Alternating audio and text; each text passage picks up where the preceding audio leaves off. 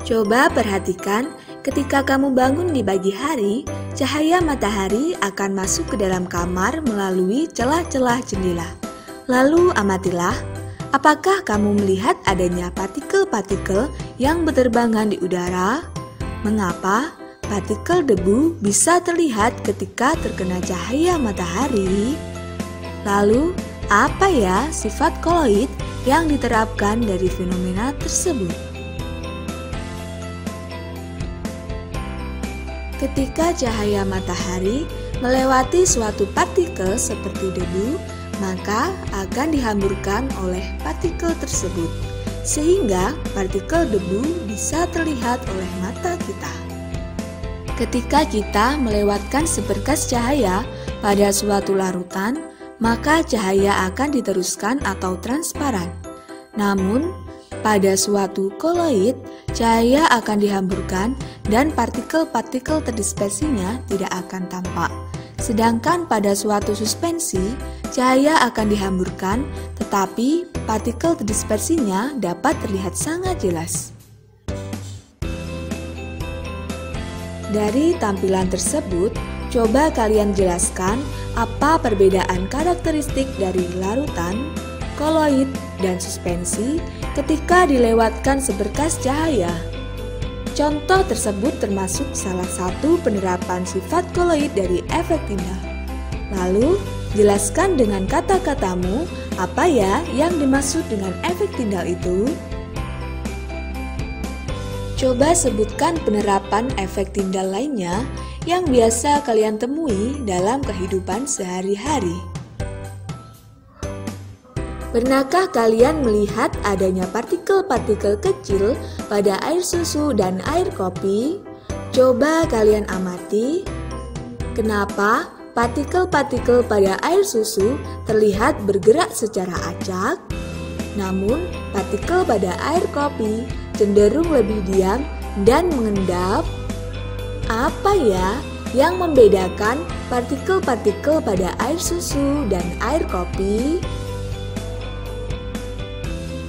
Secara makroskopik, air susu tampak seperti putih keruh dan bercampur secara homogen. Namun, secara mikroskopik, jika dilewatkan seberkas cahaya, akan terlihat adanya partikel-partikel kecil yang tersebar secara merata dan bergerak secara acak. Secara makroskopik, air kopi terlihat seperti keruh di atasnya dan terdapat endapan di bagian bawahnya. Namun secara mikroskopik, jika dilewatkan seberkas cahaya, akan terlihat partikel-partikel yang lebih besar dari air susu dan mengendap. Dari informasi tersebut, jelaskan apa perbedaan karakteristik partikel dari susu dan kopi. Contoh pergerakan partikel pada susu termasuk penerapan sifat koloid dari gerak Pound. Coba jelaskan dengan kata-katamu, apa ya yang dimaksud dengan gerak Pound itu? Lalu sebutkan contoh lain dari gerak Pound yang kamu ketahui dalam kehidupan sehari-hari. Pernahkah kalian mengenal istilah tes DNA pada korban kasus pembunuhan yang tidak dikenal? Kenapa saat melakukan tes DNA akan diketahui identitas korban tersebut? Lalu, bagaimana ya cara mengidentifikasi korban dengan tes DNA? Secara makroskopik, penentuan identitas korban pembunuhan menggunakan alat berupa tes DNA akan diketahui hasil tes DNA korban tersebut secara cepat. Namun, jika kita amati secara mikroskopik, penggunaan alat tersebut yaitu dengan meletakkan dua sampel pada kutub negatif karena DNA memiliki muatan yang sama yaitu negatif, dan menambahkan gel elektroforesis pada masing-masing sampel yang bertujuan untuk menentukan muatan sampel dan membagi sampel menjadi beberapa partikel, yaitu partikel besar, dan partikel yang lebih kecil. Setelah dialiri arus listrik, partikel kecil akan bergerak lebih cepat daripada partikel besar menuju arah kutub positif. Dan nantinya akan diketahui hasil tes DNA tersebut. Dari informasi tersebut, jelaskan bagaimana cara alat tes DNA dalam mengidentifikasi korban pembunuhan yang tidak dikenal. Contoh tes DNA tersebut merupakan penerapan sifat koloid dari elektroforesis. Jelaskan dengan kata-katamu apa ya yang dimaksud dengan elektroforesis itu? Coba sebutkan contoh lain dari penerapan elektroforesis yang kalian ketahui dalam kehidupan sehari-hari. Pernahkah kalian melihat asap yang keluar dari cerobong pabrik atau industri? Coba kalian amati kenapa asap pabrik perlu disaring terlebih dahulu sebelum dibuang. Lalu, bagaimana ya proses penyaringan asap pabrik tersebut? Sifat koloid apa yang diterapkan pada proses penyaringan asap pabrik tersebut? Pengolahan asap pabrik menggunakan alat koagulasi listrik yang dinamakan kotral. Partikel-partikel pada asap pabrik memiliki muatan yang sejenis. Secara mikroskopik, asap pabrik yang akan dibuang disaring terlebih dahulu melalui alat berupa kotrel, kemudian dialiri suatu arus listrik dan ditambahkan larutan elektrolit sehingga partikel-partikelnya akan terpecah menjadi partikel bersih dan partikel kotor. Partikel kotor akan bergabung dan membentuk suatu gumpalan. Sedangkan partikel bersih akan dikeluarkan melalui cerobong asap. Dari tampilan tersebut, coba jelaskan bagaimana cara pengolahan asap pabrik sebelum dibuang. Contoh pengolahan asap pabrik termasuk penerapan sifat koloid dari koagulasi. Jelaskan dengan kata-katamu apa ya yang dimaksud dengan koagulasi itu? Sebutkan contoh lain yang termaksud penerapan dari koagulasi dalam kehidupan sehari-hari. Pernahkah kalian memakan es krim di siang hari? Coba kalian perhatikan, kenapa es krim ketika disimpan di dalam freezer dalam waktu yang lama, teksturnya tetap lembut dan tidak mengeras. Bahan apa ya yang ditambahkan pada es krim tersebut? Lalu, sifat koloid apa yang diterapkan pada pembuatan es krim tersebut? Pada pembuatan es krim dicampurkan bahan tambahan berupa gelatin. Penambahan gelatin ini bertujuan untuk mencegah penggumpalan dari partikel gula dan partikel es.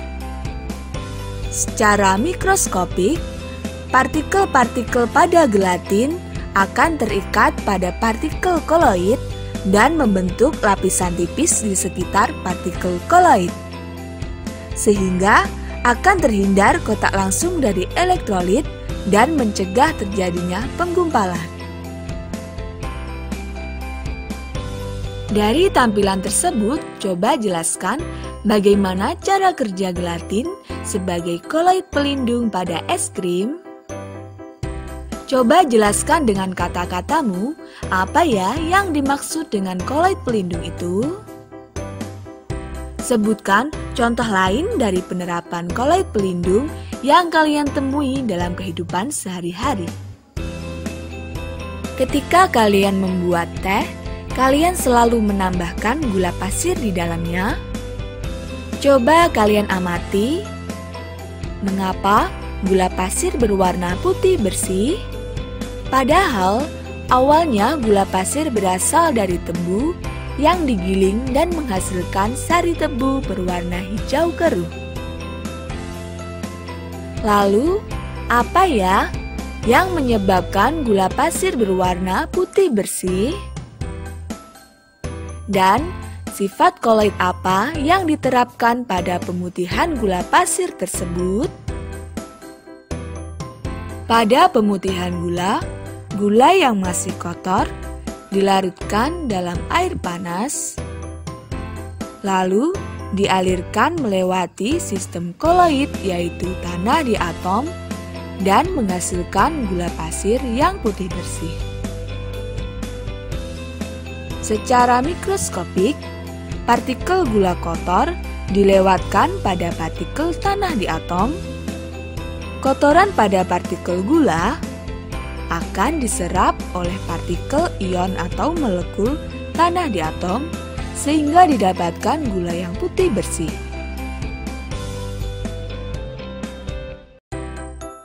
Dari tampilan tersebut, jelaskan bagaimana cara kerja dari tanah di atom dalam proses pemutihan pada gula pasir. Proses pemutihan gula pasir tersebut termasuk penerapan sifat koloid dari adsorpsi. Lalu, apa ya yang dimaksud dengan adsorpsi itu? Coba sebutkan contoh lain penerapan sifat koloid dari adsorpsi yang kalian temui dalam kehidupan sehari-hari. Pernahkah kalian mendengar istilah cuci darah pada penderita penyakit gagal ginjal? Coba kalian amati, kenapa perlu dilakukan cuci darah pada orang yang menderita penyakit gagal ginjal? Bagaimana cara kerja alat tersebut? Lalu, sifat koloid apa yang diterapkan pada proses pencucian darah tersebut? Proses pencucian darah menggunakan alat yang dinamakan hemodialisis.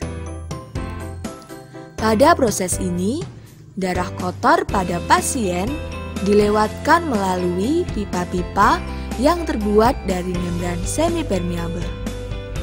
Kemudian, dialiri cairan yang berfungsi sebagai pencuci berupa plasma darah. Plasma darah akan membawa ion-ion dalam darah kotor sehingga partikel kotor dalam darah akan terbuang. Dan partikel darah yang bersih akan dialirkan lagi ke dalam tubuh.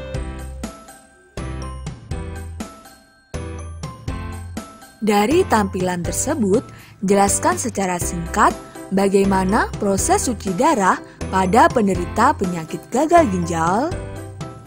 Proses cuci darah termasuk salah satu penerapan sifat koloid dari dialisis. Lalu, apa ya yang dimaksud dengan dialisis itu? Coba sebutkan contoh lain dari dialisis yang kalian temui dalam kehidupan sehari-hari. Pernahkah kalian memakan hotdog dan menambahkan mayones di atasnya? Lalu, membuat adonan dengan menggunakan tepung kanji? Coba kalian amati, kenapa saat air dicampur dengan 1 sendok mayones, kemudian kita aduk secara merata.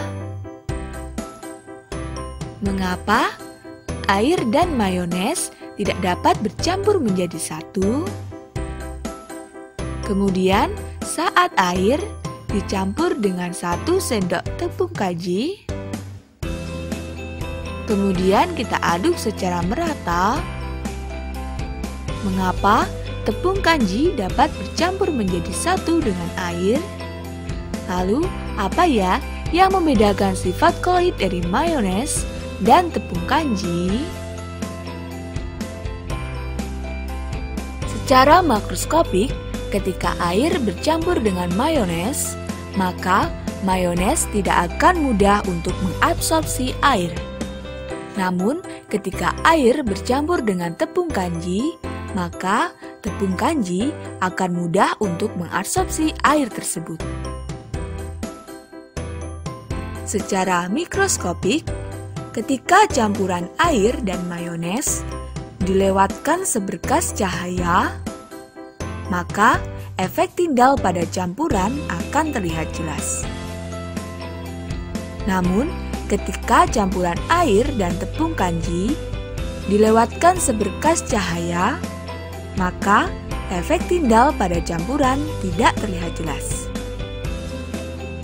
Dari penjelasan tersebut, contoh mayones termasuk koloid liofob dan kanji termasuk koloid liofil.